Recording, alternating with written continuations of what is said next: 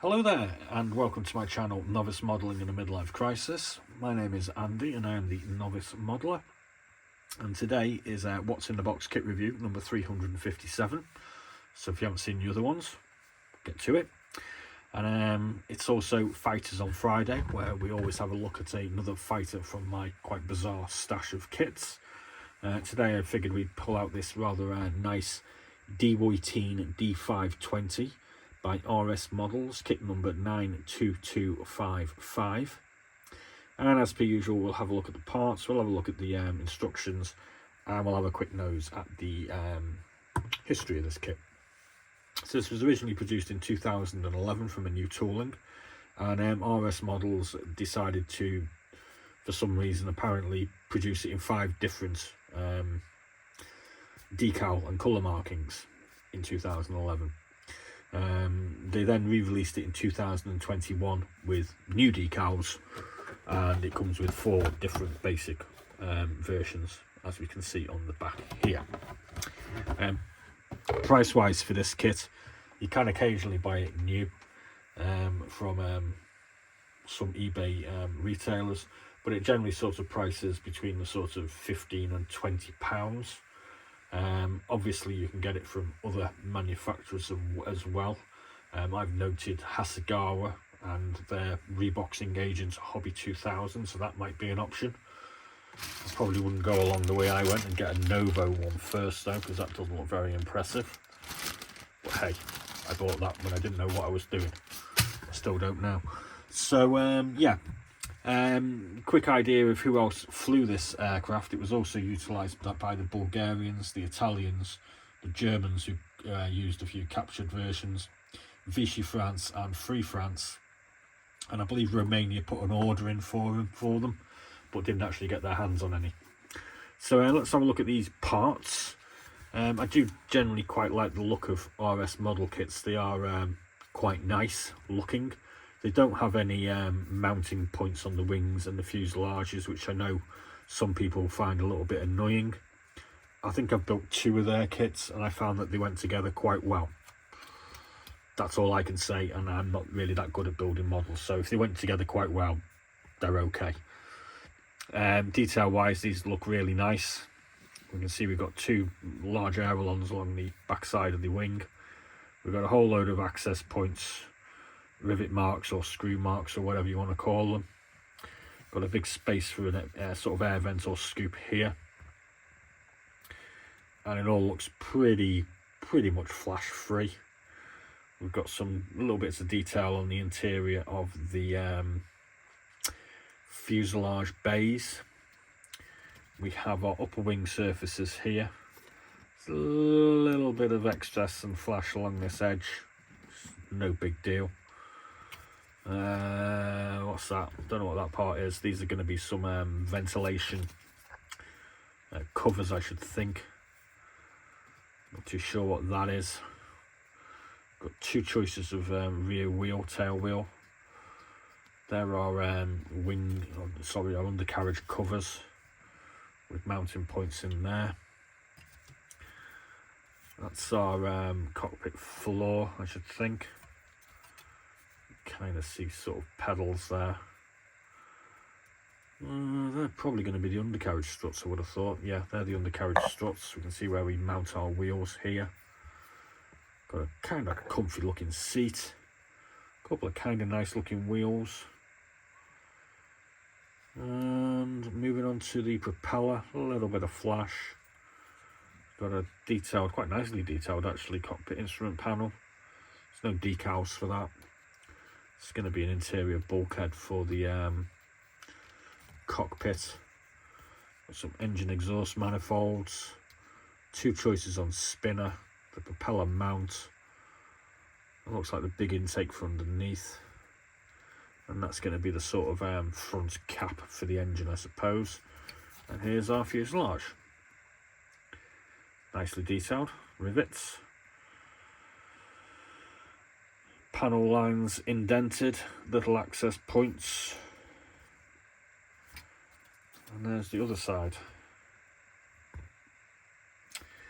Interior, we get some cockpit detail on the insides. Slightly different on that side. So that all looks quite nice. One sprue, pretty simple looking. No pesky photo etch to deal with. Nice looking thing. We get one sprue of clear plastic. I'm leaving this in the bag because I'm scared of these two little bits falling off. These are the side panels which go down the side here. That looks all present and correct. And then we have our 4 options of decals. Some quite nice looking unit insignias on there as well. And an RS Models decal for some reason. Don't know why.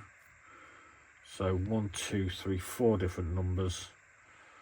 Standard French markings. Instructions.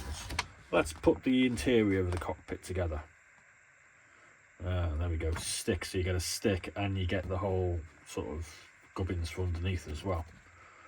Depending on whether you wanted to do that or not. I suppose I'll probably give it a miss myself. Putting the cockpit interior together. And then into our fuselage. Fuselage closed up. Simple. Stick the tail on. Didn't look at the tail. Where was that? There it is. There's the tail. Quite clear hinges. There's the other side. Sorry. Tail on. Put the wings together. Put the undercarriage on. Choice of rear tail wheel. Undercarriage together. Put 2 vents in the undervents. Bish bash bosh. We're nearly all done. Put the cockpit canopy on and the propeller. And that's it. So let's read the blurb. The prototype flew for the first time on 2nd of October 1938 with Marcel Doré at the controls, and the first production aircraft flew on 31st of October 1939. By the time the German Blitzkrieg was launched, only 50 D.520s were with frontline units. By 22nd of June 1940, 220 were in service. They did well in combat, claiming 77 definite victories against only 34 losses. That's pretty good. Excuse me. Vichy units included 4 groups de chasse and 2 aeronaval escadrilles, well, I don't really know how to say that word, in North Africa. Production restarted for a period by Vichy and then resumed under German supervision. Vichy D.520s fought in Syria and in North Africa during the Allied landings. 75 went to the Regina or Aeronautica and 100 to Bulgaria, where they flew with the 6th Fighter Regiment. Final operations were with the Free French Group Doré against German pockets of resistance in France, November 1944 to May 1945. Post-World War II, a few were converted as D.520 DC 2-seat dual-control trainers, powered by a supercharged 678 kilowatt Hispano Suiza 12Y45 engine. The D.520 was armed with an engine-mounted HS-404 20mm cannon and 4 wing-mounted 7.5mm MAC machine guns. Okay. Well, at least I know what I can do with my flaming Novo one. I can paint that up for the Bulgarian Air Force. Job done. Okay, so let's have a look at the colour variations on the back. We've got one here, flown by Joseph Stelik, Toulouse, May 1940. I'm wondering if that was a Polish guy, or Czech maybe. We've got another one here, flown by S-Lieutenant Yves Rapide, Toulouse, Francazal, June 1940. Another one another one flown by Adjutant André Carrier. I know that one was by André Carrier, and that one's just unnamed. And then we have a few different variations of our top camouflage. So there we go. DeWOITINE D.520 in less than 10 minutes, and you can all have a good laugh for me having a Novo bag kit of it as well. So thanks very much for watching. Please do like and subscribe in the normal ways. Our other featured aircraft this week on Warbirds on Wednesday, if you haven't seen it, was this one. A rather nice Mitsubishi G3 M2 M3 Type 96 attack bomber Nell, model 2223 by Hasegawa. And what a flaming nice kit that one was. So, yeah, as always, be seeing you.